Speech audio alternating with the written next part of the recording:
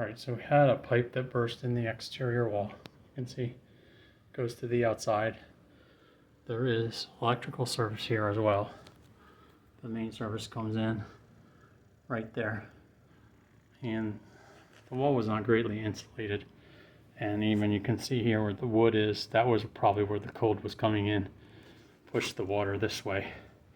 And you have this burst pipe. So what I did was I cut out 2 inches and I used these shark bite slip coupling to repair it. And what you do is you cut out a 2-inch section of the pipe, and then you mark each side of the pipe. This whole area here is for the slip.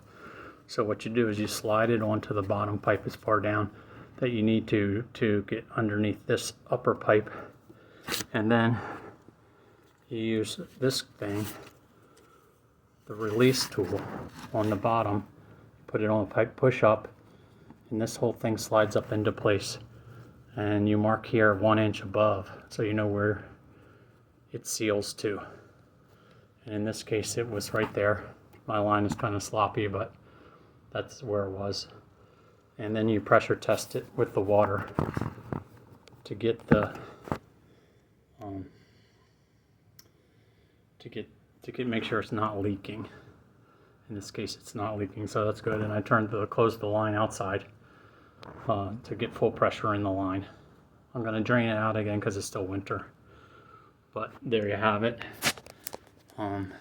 This was quite a bit of pressure water, flooded this lower level room. I'm putting this access panel in so we have access, and I'm going to put some 1/2-inch pipe insulation here along the pipe as much as I can up above, hopefully to prevent. You can see this goes right through to the outside where the outside shut-off valve is. But it worked very good, made it very easy. The toughest part is cutting the pipe in this limited space.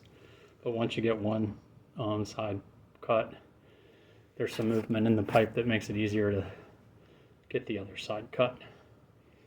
If you like it, click like, make comments below, and subscribe to my channel if you like it. Support my channel. Thanks.